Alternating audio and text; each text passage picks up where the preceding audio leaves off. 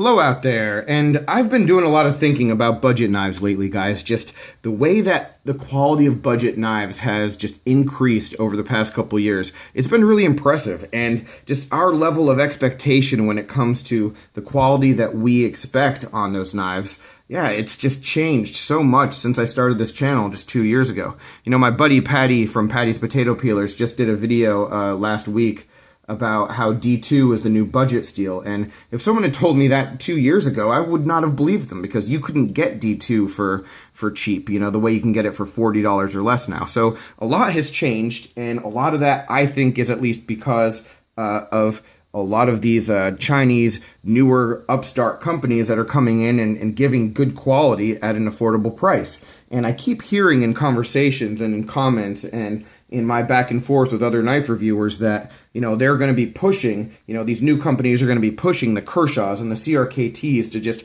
create better and better products.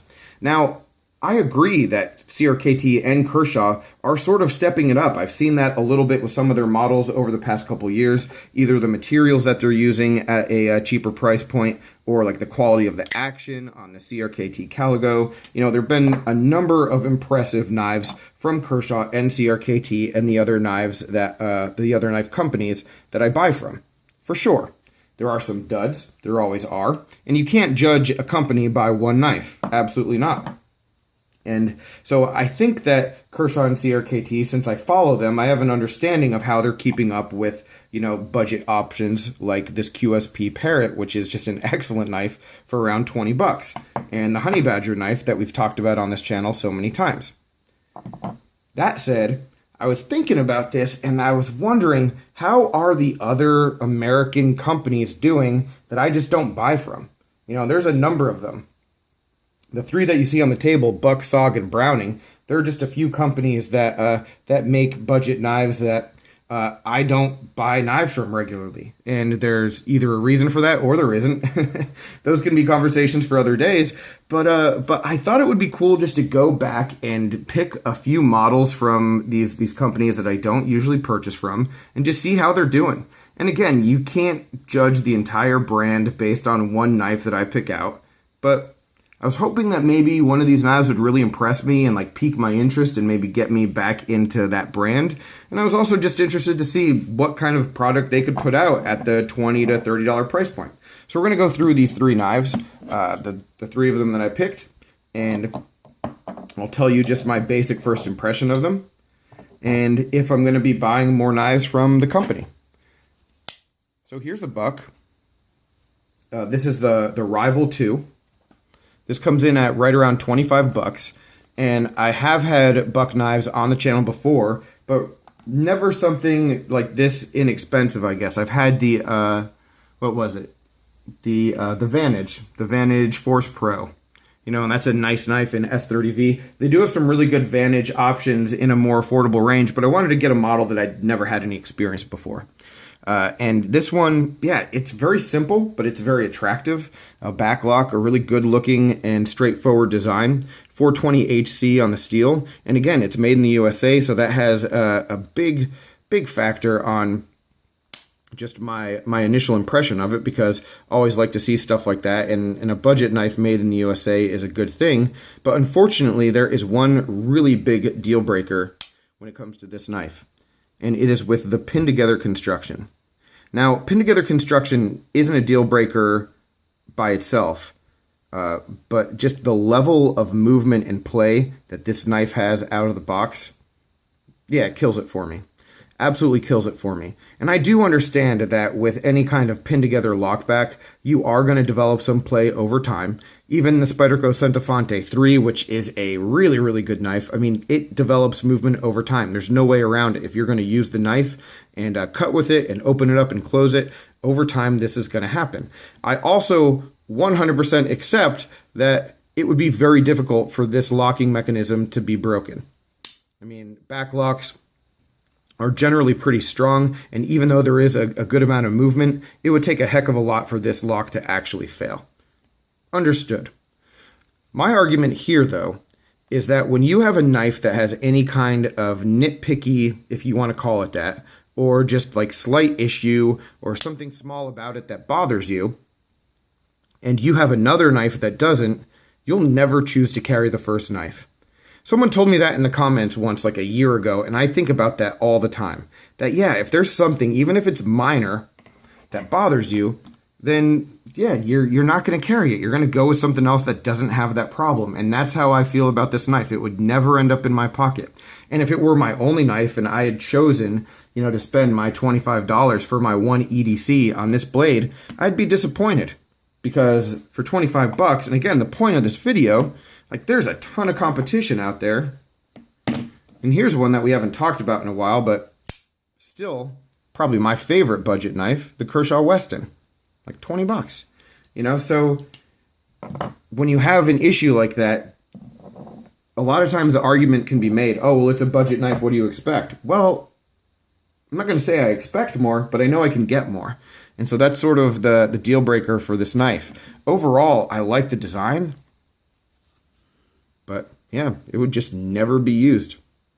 So, bit of a bummer there. The next one, let's talk about the SOG. So, I've had a SOG on the channel before. I think I have the SOG key knife also, which is a really cool keychain tool. I highly recommend anyone get one of those. It's like $8, $10, and it's a great thing to have on you at all times. This one is called the Salute Mini. This one is also, I think, at the $25 price point on Amazon. Here's the basic specs: 8CR13 MOV, G10, which is pretty cool. So you're getting G10 for this price point. And again, design and build of the knife is pretty good. I really like the G10. It's good in hand. Now the lockup on this, there is a little bit of tiny movement. It's another lockback. A little bit of movement sometimes when it locks up, but not all the time. So not really a big deal there. That actually doesn't bother me at all. Yeah, I like a lot of things about this knife. I do not like the quality of the bead blast finish. So the quality of the blade, I mean, it's just not finished well. There's a lot of marks, and some of them you won't be able to see. Actually, maybe you can see all the way down by the tip. There's like these grind lines. And then on this side, maybe if I have time, I'll insert a picture that shows this better. But check that out. That's pretty bad. And again, yeah, well, 25 bucks, what do you expect? Well, maybe I don't expect more, but I know I can get more. So I'm going to get more. When I first unboxed these and I saw that, I thought that this was the worst knife of the group because of that. But functionally, I don't know if that would be a problem long term. And this knife really isn't bad. It's not bad. I don't love it. And this is always going to be a turnoff for me. And I think probably the same issue with the Buck, where I'll probably always want to carry something else. But yeah, sort of okay. But you still have that big glaring thing. So it's definitely not going to bring me back to buying from SOG. But as far as functionality goes and the actual build of the knife, it could be worse. So the last one, the last one is the most interesting. It's a Browning. Yeah, never had a Browning on the channel. And I picked this one because it was super cool looking. And that's really it. $30 knife, 29 something. So it's the most expensive out of the group. And this is called, and let's see if we can get this on camera. This is called the Wahongi Signature Hemp Micarta Folder. A little bit of info about it right here. Stainless steel drop point blade, tribal etching, laminated hemp micarta, handle scales, blah, blah, blah, blah, blah. Yeah, the big talking point here is that it's mystery steel. So there's no info about the specific steel, which kills it. It's done. I need to know that stuff.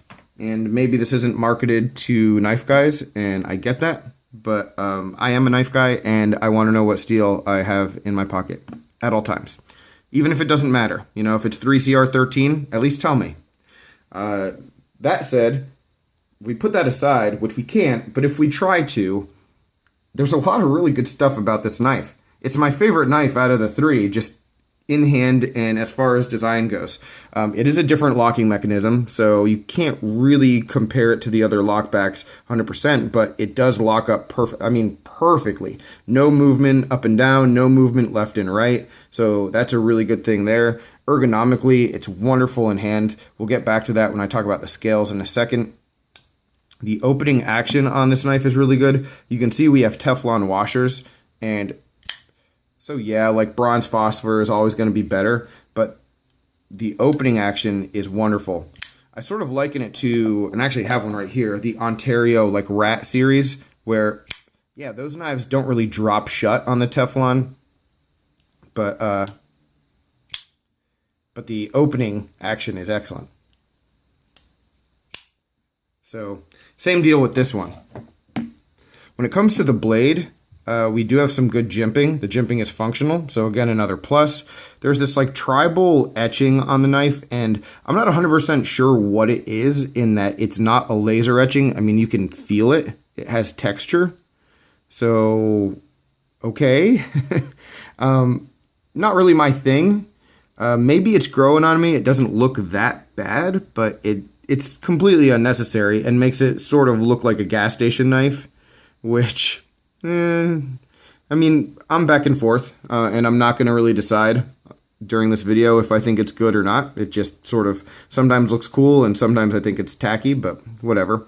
The selling point here, though, is the handle scales. These handle scales, hemp micarta.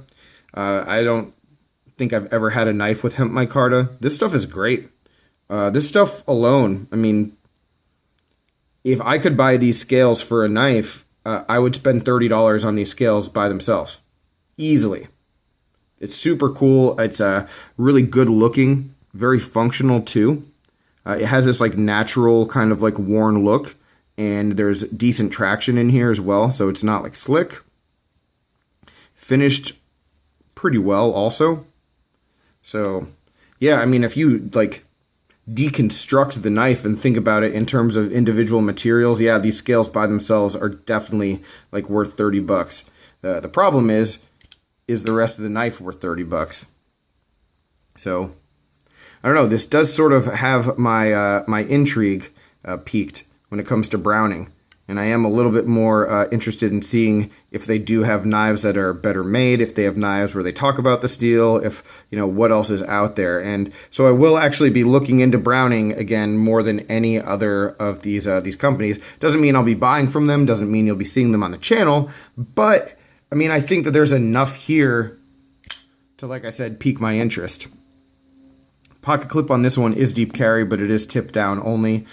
Sort of weird if this is considered like a black label tactical blade to have tip down. But again, inconsistencies, sure, but I think there is a little bit of something here that warrants checking out further.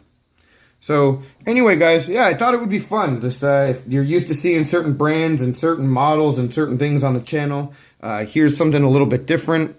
Maybe you can tell from from my tone why I haven't been buying knives from a couple of these companies in the past. I just haven't had a lot of faith in them, and not much of that has changed. But yeah, these are the three.